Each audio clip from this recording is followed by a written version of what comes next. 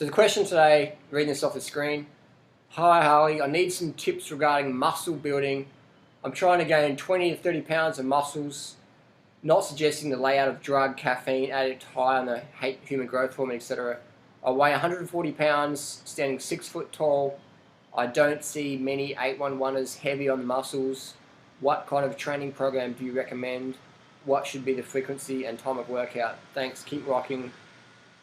Well, if you want to build muscle, it's just like cardio fitness. It takes time. I don't know anybody who's really like world-class level who's at least had 8 to 10 years of training. Like all my elite level runner friends, they've all had at least 8 to 10 years of running training, cycling the same. Bodybuilding friends of mine, 10 years plus really. I mean, if you look at even my friends who are taking steroids, I don't recommend taking steroids, just to be clear on that one. My friends taking steroids who are really strong and muscular versus just puffy, they've been at it for like at least 10 years on the steroids and stuff like that. It takes a long time. Sure, you can do a short course of steroids and just puff up, but you know, you look muscly, but it just be sort of water retention. But I'm talking like the full-on, like, you know, competition level bodybuilders, drug style, takes at least 10 years. Look at those guys on the internet. No one just comes at it from a couple of months.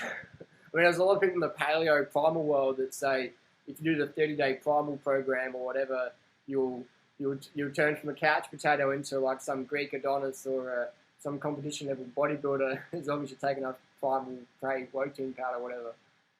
So it takes time. It takes a lot of years. So 20 to 30 pounds, we're talking 1 pound per month of pure muscle. I'm not talking fat or creatine retention or salt retention. I'm talking pure muscle. 1 pound a month is the standard if you're like a hardcore drug using, steroid popping bodybuilder who's getting the calories, getting the sleep and training hardcore. So 1 pound a month if you're doing the drugs, say 20 pounds to 30 pounds this person's asking. So that's 20 to 30 months if you're on the hardcore steroids. So to go from 140 pounds to 160 pounds, you're not going to look too much different. You look, you're a bit muscular, but you're not going to look like a bodybuilder. You're not going to look like a strong man. So it's going to take you at least 5 years to put on the 50, 60 pounds to get the sort of, wow, that guy's a bit of a muscle head. Look, that's with steroids. That's with steroids, and I'm not promoting steroid use. So 5 years with steroids, so put on the 50 pounds to make the big differences. If your genetics is more predisposed, some people are genetically just, some kids have just got bigger muscles and some kids look more like Kenyan marathons, things like that. So you've got different genetics there. So if your genetics is more like a marathon runner, then maybe having the goal of putting on the 20, 30 pounds of muscle is a realistic goal, 100%. But to look like a competitive level bodybuilder, if your genetics is like a marathon runner, I mean, you've got guys like Robert Cheek. His genetics is like a marathon runner, but he's like a competitive level natural bodybuilder. And it's taken him the years as well, because this guy just does the hard work. Robert Cheek's he's a hard work ethic. The guy just doesn't do it for 30 days and give up.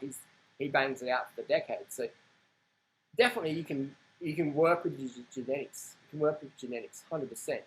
So to answer the question, how long does it take to put 20, 30 pounds of muscle on, Harley? It takes at least 20 to 30 months if you're on steroids, which I don't recommend. And people say, oh, but I saw someone put on 40 pounds in a couple of weeks. It's like, no, you can put on retention and creatine and blood volume and bone density and stuff like that. But I'm talking pure muscle. I'm not talking someone who's had a past in bodybuilding and they do like they go into cycling or do a fast or get into running and they drop all their muscle weight down and then they stop the running or the fast and start training again and eating properly and then doing the size. I'm not talking about that. I'm talking like from someone who's never had, strength before, from going from 0 to up here. That's going to take the 5-10 years, 100%. It's like people go, how can you run so fast on such field training? It's because I've got a background in cycling. My VO2 max is already up in the 80s. So my running is really low training, but I've got a high VO2 max. So my progression's a lot quicker. But if I started running with a VO2 max around 30 and I'm 20 kilometers a week, then I'd be doing nothing. Because I've got a VO2 max of 80, 20 kilometers a week, which I ran last year, 22 Ks a week, average something like that. That's going to provide the stimulus because I've got to get the VO2 max there. So if someone's got the history of strength training and muscle development, and they're coming back, and yeah, they can put on the 23 pounds a lot quicker than someone who's just coming from ground zero. So that's why we want to start our training today. I start our fitness lifestyle today because people go, oh, when I get time, you know, I can build fitness up later on. It takes years, man. It takes decades. Cadell Evans, he won the Tour de France last year, first Australian ever to win the Tour de France. It took him 22 years to win the first Tour de France. It took him years to finish it. It took him years to get on the team. It took him years for his team once he got on that team to get chosen for the Tour de France. And then once he did the Tour de France, it took him years to finish it, and then it took him years to win it. 22 years in total. And people are like, oh, you know, like, I'll have a go, you know, I'll have a go. Couple of, you know, 6 months, I should be doing good. It's like the Raw Bras, you're nothing personal against Raw Bras, but they did this lifestyle for a couple of months, and they lost like fat, and they think, oh, I lost muscle or whatever, they're underrated or whatever they did. And then so they do it for a couple of months, and oh, it doesn't work. It's like, you got to do the lifestyles for the years, man. You can't have the mindset of like, I want the results yesterday. I used to work in the bike industry. People will come in and drop $10,000 on a bike, and I'd say, well, I mean, you don't have to spend that much money. You spend $2,000. It's just good. Like, no, I want to be really good. I'm like, yeah, but $2,000 bike's just as good, man. No. And then they come back 2 months later and go, oh, you know, this bike's not that good, man. 10 grand, you know, it's not that good. I'm like, what do you mean? They're like, oh, I'm not beating all my mates. I'm like, how long have you been riding for? They're like, oh, I started this year. I started last summer. I'm like, how long have your mates been riding for? Oh, you know, I'm riding with such and such and such and such. I'm like, those guys have been riding for 10, 20 years, man. Or 5 years, 8 years, or more. Just because you spend $10,000 on some program or some bicycle or some supplement program doesn't mean you're going to be like getting up there straight away. You know, people get suckered in by these little quick fix scams. Some from just sincerely wrong people, and some people from, you know, the hucksters. Won't name any names there. But it takes the time, and a lot of people go, oh, it takes too long, I'm going to try some other program.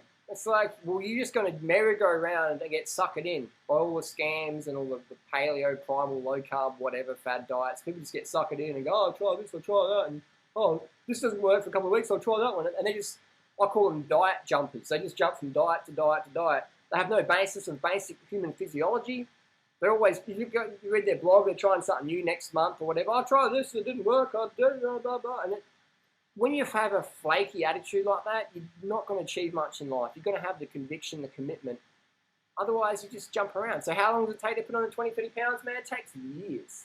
It takes years to get the good results.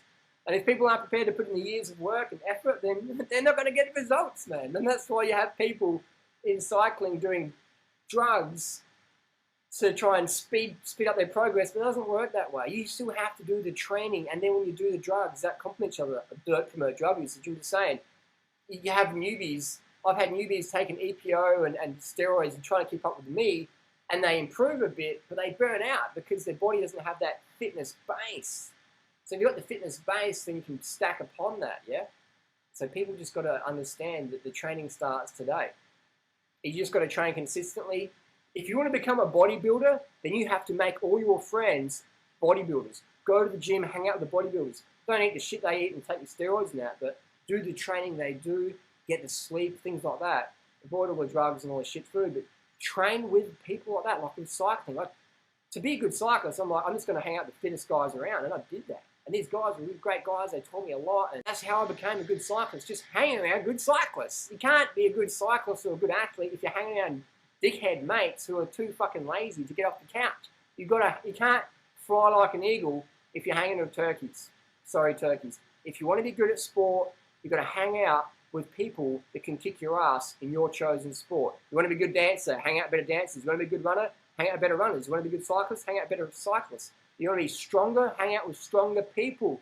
Don't hang around your family and the friends that just go, why are you going exercising again today? Or you're sweating again and you eat too much and you do too much activity, and what's wrong with sitting on the couch and fighting your life away watching Jerry Springer rerun? You've got to hang out with quality people. Who you hang around is who you become, whether you like it or not. We always raise the expectations of our peer group. I've been hanging out with some Kenyans in Bangkok here. My running's improving. And I'm not even really training with them that much. I'm just hanging around them, just getting the vibe from them. And my running's just going up. And same in Adelaide, I hang out with some better runners than me. I just hanging around them, just their energy and their beliefs and their expectations, it rises you up. So you've got to hang around better people. That's the number one rule. Even if you just live in a household with bodybuilders or cyclists, you're going to become better even if you don't train more, because your mindset will just become better. It's all about the mindset as well. Consistency, training consistency, hang around people you want to become. Get enough calories, get the sleep. The training program doesn't really matter too much because there's plenty of free programs in the net. They all work. They all work. So just do something today. Do realistic training. Don't overtrain. Train smarter versus harder. If you're sore, take a day off, things like that. Just ease into it as well. Ease into it. Hope that answers the question. It's a big answer, but it's a big discussion. I could go on and on about that. Bottom line is train consistently. Hang out with better people in your chosen sport. Get the early nights. Get the consistent calories in. If you want to be a big, strong, fit man, you got to fucking pound the calories in. You got to pound them carbohydrates in. Otherwise, you're going to be the 140-pound guy at the gym who looks like the marathon runner, which is fine, which is like me. But if you don't want to look like a marathon runner, you got to fucking eat like a fucking bodybuilder and chew those fucking calories, man. All my bodybuilder friends, 5,000, 10,000 calories a day. They're like, they eat as much as cyclists, but they do a different training. So ease off the cardio. Cardio just strips you right down. If you want to get big, cut the cardio out. If you want to get lean and be a marathon runner, cyclist, cardio up. If you want to get big and strong, cardio down. I don't see people who are doing bench press competitions running 10K races. So cut out the marathon running, cut out the distance cycling, and hang out with the bodybuilders. Thanks for watching.